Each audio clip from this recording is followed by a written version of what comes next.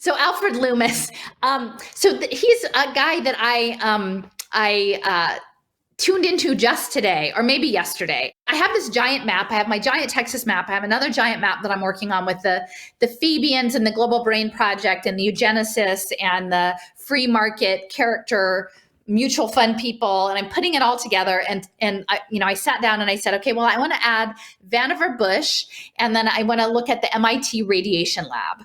And in that, this was in the lead up to World War II, and what they were researching were refining radar. And that's what they said actually won the World War II, not the bomb, it was the radar systems.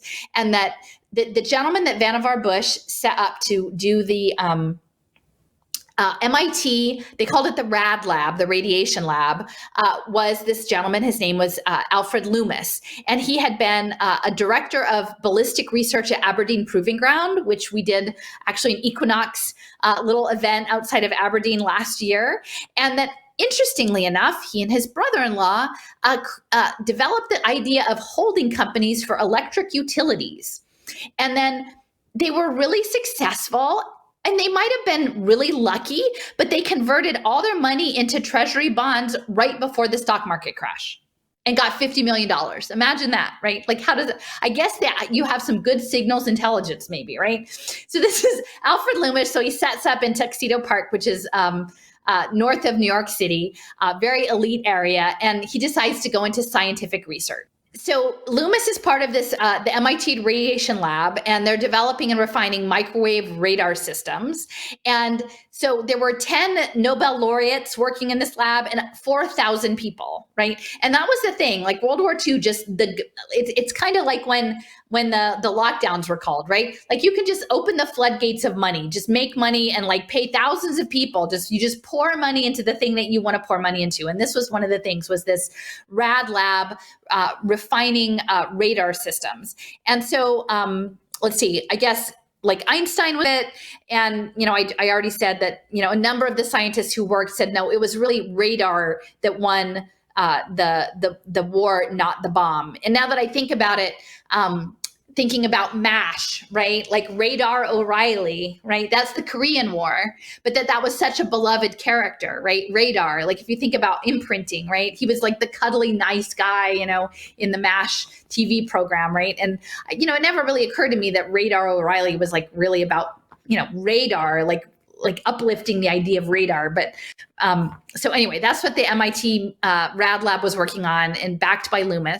Leading up to the war, so he's got all this money because everyone has been wiped out by the Depression. They have their nice money that they've cashed out on electric utilities, and they're working on ultrasonics, spectroscopy, and electrical signaling in the brain and heart. And I think all of us know increasingly now within these neural prosthetics and wearable technology and bioelectricity that this Internet of Bio-Nano things, all of this is really central. It goes back to the 20s and 30s. Okay, he practically invented the EEG. So that's very important wearable technology that they're putting in all of the schools now, all this biofeedback stuff, and helping get the money for the cyclotron at Berkeley, and even had a lab out at Berkeley.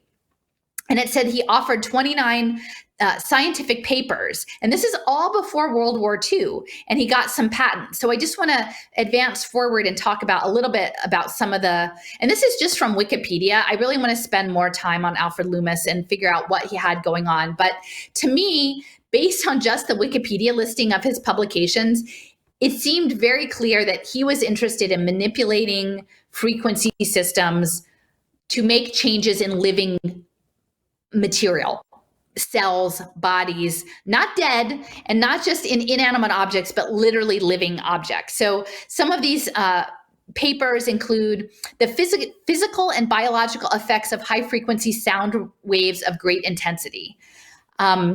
Further observations on the effect of high frequency sound waves on living matter. An attempt to induce mutation and drops Drosophila melanogaster by means of supersonic vibration. Again, inducing mutations through vibrational qualities. Potential rhythms of cerebral cortex during sleep. Electrical potentials of the human brain. Now, if you put this together, and you know that at the same time in the 30s, people were entertaining, like, how do we understand this global consciousness, the noosphere.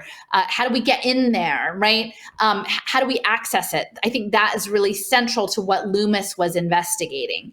And would all of that research be pursued in a way that was public and, again, open to informed consent on how those technologies were being used? So Reed Hastings, it's funny when you revisit things that you had encountered before in a new light. So Reed Hastings is definitely a major presence in the education space. At the time, I talked about it as the privatization of public education. Now I would probably say the goal is the data mining of humanity towards this AI singularity human brain project. But it turns out that Reed Hastings, who has poured a bunch of money into educational technology and social impact, Loomis was his maternal great-great-grandfather. Okay, so we have this like direct tie.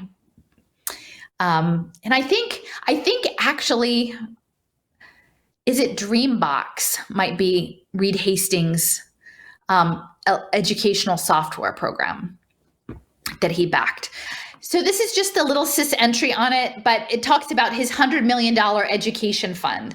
And I keep saying now, like the frame that I use is, if you understand that any sort of digitally mediated education is really about providing the machine access to you or your children through the idea of continuous reskilling and increasingly including the capture of cognitive data. And so really, I'm going to include the link to the slides. Click into Reed Hastings' Little Sis and see all the different elements that he's in. But I do remember back in the day that he was taking part in a conference discussion with Collective Shift. That was MacArthur's spin out of these cities of LRNG and badges. And there were people from Sesame Workshop there. And this was quite a while ago. I want to say maybe as far back as 2009, but they were already talking about what sounded an awful lot like blockchain transcripts at that point. And that's really way before anybody, unless you were operating as an expert in the space, knew anything about blockchain, that they already had this sense underway. Because really, if you go back to understanding the work of Scott Stornetta, that I'll touch on later from the Mormon Transhumanist Association conference, like he was at Bell Labs in the mid 90s developing these distributed ledger systems. So if you were in on the inside, right, if you had a maternal great-great-grandfather who was a high-level signals intelligence, private scientific researcher with access to the highest levels, you would be in those kinds of circles to have that sort of understanding. It's just the story the rest of us are living in is a different story, and we don't know about the global brain story.